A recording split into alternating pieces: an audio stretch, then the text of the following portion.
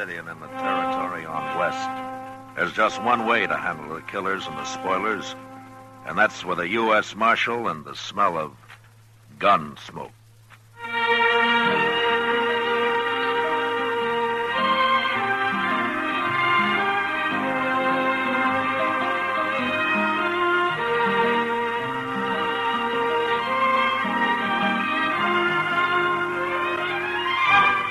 Gunsmoke, the story of the violence that moved west with young America. The story of a man who moved with it. Matt Dillon, United States Marshal. Gunsmoke, starring William Conrad.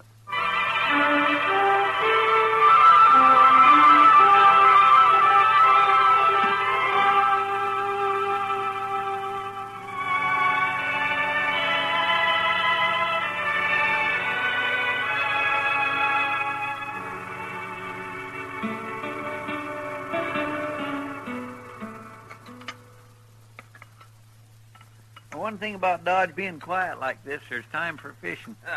Beer, steak, and catfish stew makes for a good supper. You two are going to be sick, stuffing yourselves that way. Well, now, Kitty, Chester spent all day catching these fish. He's got a right to eat what he wants.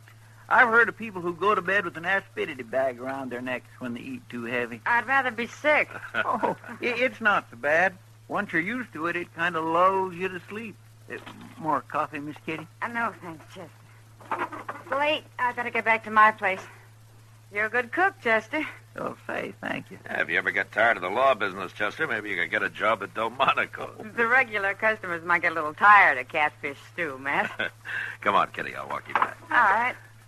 Will I see you in the morning, Mr. Dillon? I'll be at the office early, and I want to ride out to Jim Redigo's place and look at a horse. Can I go with you? Sure. Maybe you'll see something you'd like to have. We'll leave early before it gets too hot. Good night. Good night, Mr. Dillon. Miss Kitty. Good night.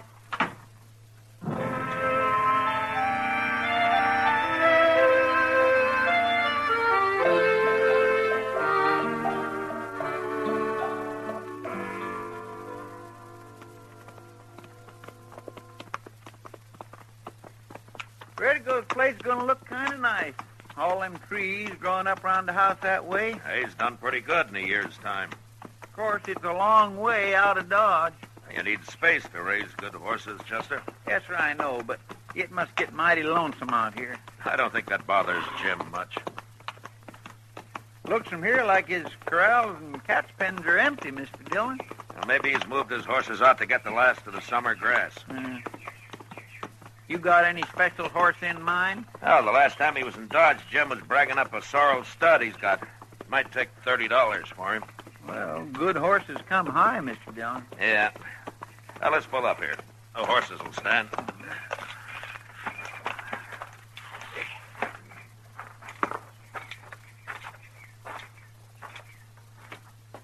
Quiet like, isn't it? Jim? Jim Redigo. Maybe he's not here. He can't have gone far. He didn't even push the door shut. I guess he won't mind if we go in and boil up a pot of coffee. There's a pot already on the stove. Looks like he was just about to fry up some side meat. Pot's full. Jim must have spent the night away from here. The stove's cold, Chester.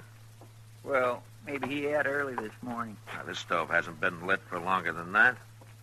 A man doesn't leave side meat lying uncooked in a skillet. It sure don't figure, Mr. Dillon. No. I ain't armed, mister. Don't shoot. What? Don't shoot me. Nobody's going to shoot you, old man? Well, come on in. I seen you ride up. I was hiding out back. Well, who are you? I'm Jed Cuff. What are you doing here? I work for young Jim Redigo, but not anymore. What are you talking about? They come riding up and they killed Jim. 2 nights ago it was. I was hiding, but I got hungry and I come in to get something to eat. Redigo's dead? Laying dead against the water trough out back.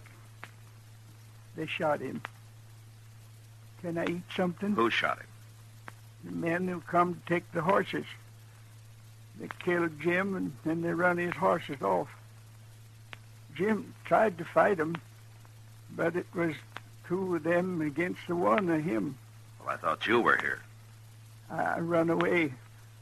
I was scared. Cold coffee is better on an empty stomach.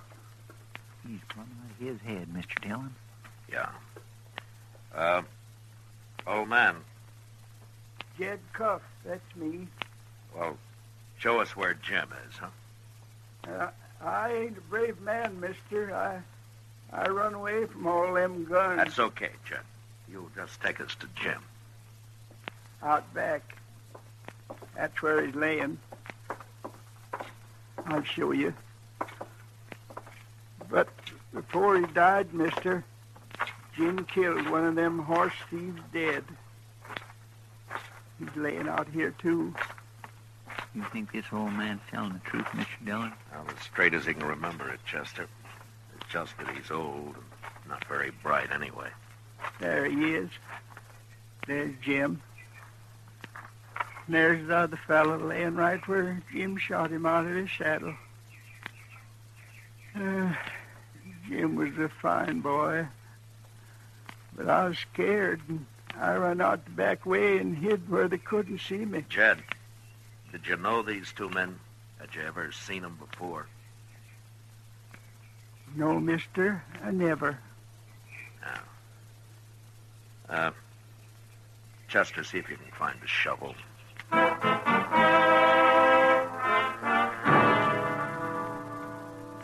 It took less than an hour to bury Jim Redigo and the other men. When we were through, Jed put a sort of marker on each grave, and we went into the house. Chester and I found some food in the cupboard, and we fed the old man. Then we started him for Dodge. Happy enough, astride an old donkey we found grazing free behind the house. Then Chester and I watered our horses, and a few minutes later rode away from the Redigo place, following the 2-day-old sign of the stolen horses.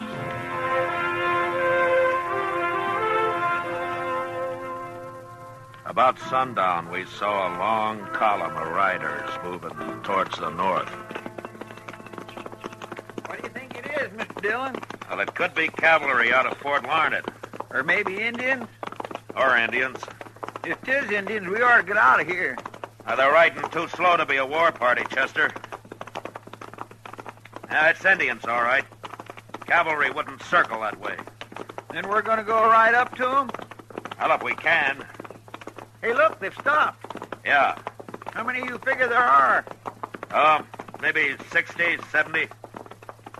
Might be a whole Indian village on the move. If it is, they're not looking for trouble. I hope not. They're waiting for us, all right. Now, when we get up to them, keep both your hands on the saddle horn. Yes, sir. All right. Heads up. Yes, sir.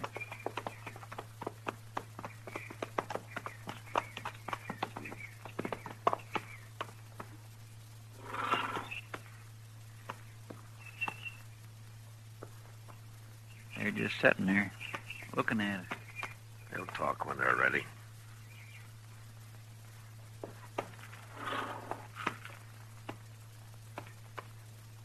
I am Quick Knife. My name is Matt Dillon. My braves and I have watched you come. You are looking for the white man. That's right. The white man sold us horses. Our squaws ride them now. He stole those horses from another white man. We bought the horses with gold. He killed a man when he stole. You have come to take back the horses and punish the man. Yeah? The horses you cannot take. The man you must find for yourself. The horses are ours now. There are 2 of you, and many of us. All right, Quick Knife. What about the man? He left the horses with us and rode west. His name is Tebow. How long ago? Not long. He knows someone is following him, and he is afraid. His trail will not be hard to follow. Thank you, Quick Knife.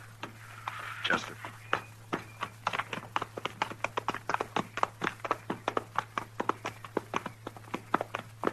I wonder if they're going to try Don't look anything back. Well,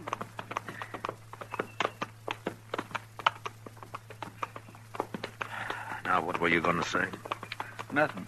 Only they're still just sitting back there on their horses, Mr. Dillon, watching us. Yeah. I was just a mite scared. Was you? Yeah, I think maybe I was. Well. Are we going to track Tebow now, Mr. Dillon? Yeah. We'll track him, Chester. And we'll find him.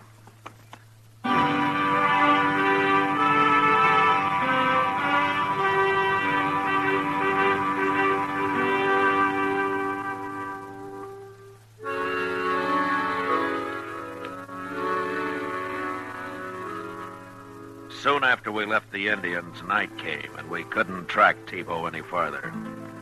The next day, we rode hard, following his trail towards the west.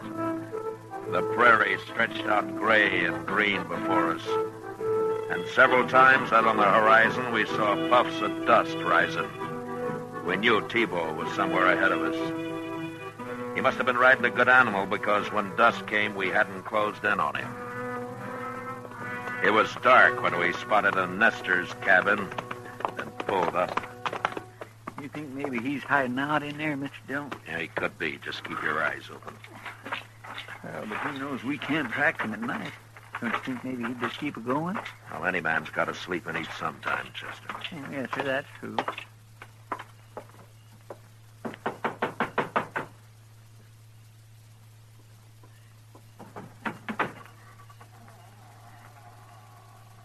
What do you want?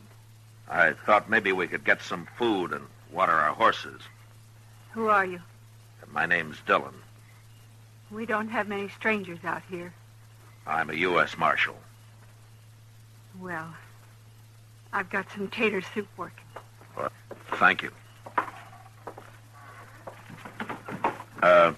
This is Chester Proudfoot. How Hello. do, ma'am? Just sit at the table there. Thank you, ma'am.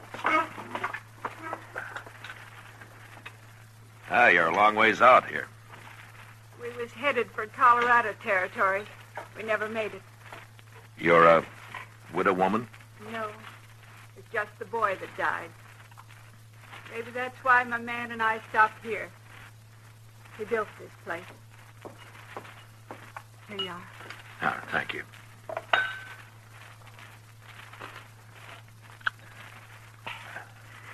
Say, this is real stout soup. Where is your husband? Hunting. Uh-huh. Night hunting's a pretty poor thing, isn't it? Sometimes the body don't have much choice. When'll your husband be back? You're asking a lot of questions, mister. I told you I'm a U.S. Marshal. People have good luck and bad. Ours has been mostly bad. I'm looking for a man called Tebow. I don't know him. But yours is the only place we've seen. He came this way. My man's name is Kirch. Abe Kirch. We don't know anybody called Tebow. Well, thank you, Miss Kirch. We'll water our horses and get moving. Get moved. Thank you, ma'am. Was mighty tasty soup. You're riding on now, ain't you? Yes, that's right. You can water your horses right out there in front.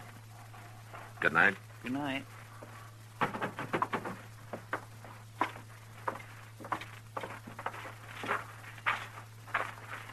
Well, one thing, she wasn't too talky of a woman, at least. Living out here so long, maybe she's lost the habit. Yeah, maybe.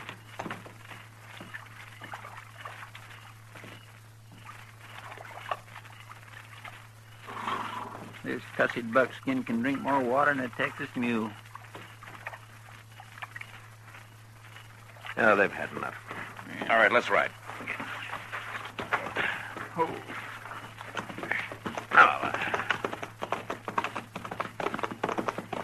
Mr. Dillon? What? I can't see no doggone tracks in all this dark. Never mind. Yes, sir, but how are we going to see Just where... ride and be quiet, Chester. Yes, sir, Mr. Dillon. All right, hold up. Oh. Now, let's get these horses hobbled. Oh, I think they'll stand, Mr. Dillon. And I want to make sure they do. Yes, sir. And then we'll walk back to the Nestor's cabin.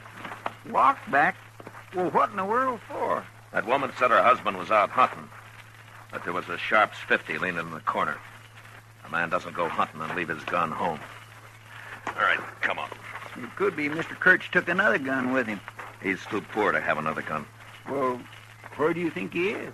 I don't know, but there's something wrong back there, Chester. His wife was mighty anxious to be rid of us. Usually it's hard for a traveler to break away. The people are so hungry for news and a little talk. I guess that's right. Yeah. Now watch where you put your feet. Yes, sir.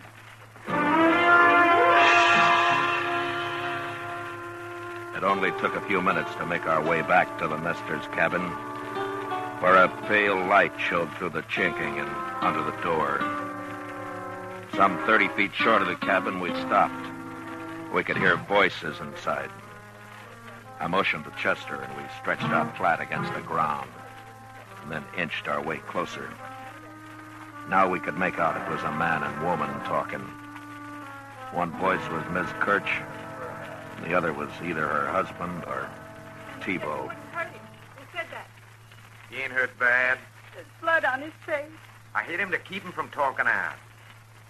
You come around. I got rid of those two men like you told me. Is that him? Said Mr. you wouldn't Dillon? hurt Abe if I did that. Wait a minute, Chester. I just hit him on the head. Now, shut up. We ain't never harmed nobody. I did what you said, and I... I told you to shut up. You open your mouth again, and I'll fix your husband good. Get your food out all on that table. Gotta have me something to take along. Chester, he's busy now packing up that food. Crawl around to the back of the cabin, and then make some noise. What sort of a noise? It doesn't matter, just so he knows somebody's out back. Well, then what? I don't know yet. I'll get going. That's fine.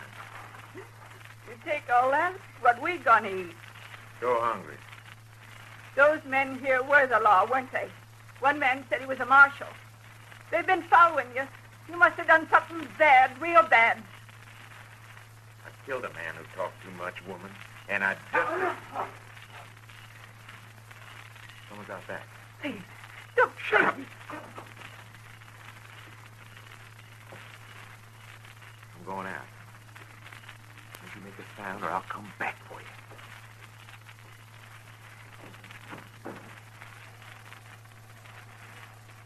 All right, Tebow, drop it. What? I can see you, Tebow. Drop your gun or I'll kill you.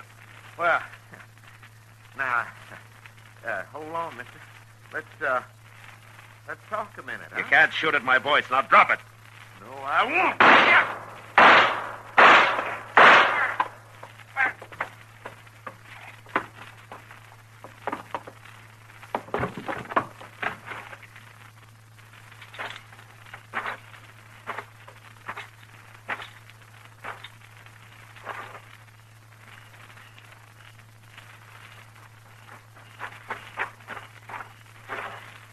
Everything all right, Mr. Dillon?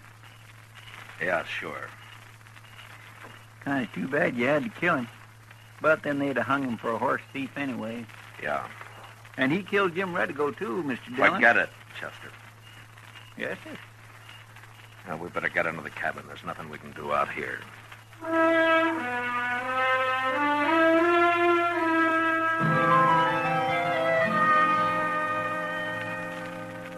We did what we could to make Kirch rest comfortable, and then sat up half the night talking to his wife about Dodge, the railroad, stores, all the news a woman would be hungry for. And the next morning early, Chester and I started on the ride back to Dodge. It was clear and bright, and we made good time, Chester riding along feeling mighty proud. The Nestor had said he couldn't feed another horse, and so Chester was trailing his own buckskin and riding the big red stud that Tebow had been using. Yeah, Chester was mighty pleased with life. And Tebow, who'd stolen the stud a few days earlier from Jim Redigo, was buried out on the prairie with stones piled on his grave to keep off the coyotes.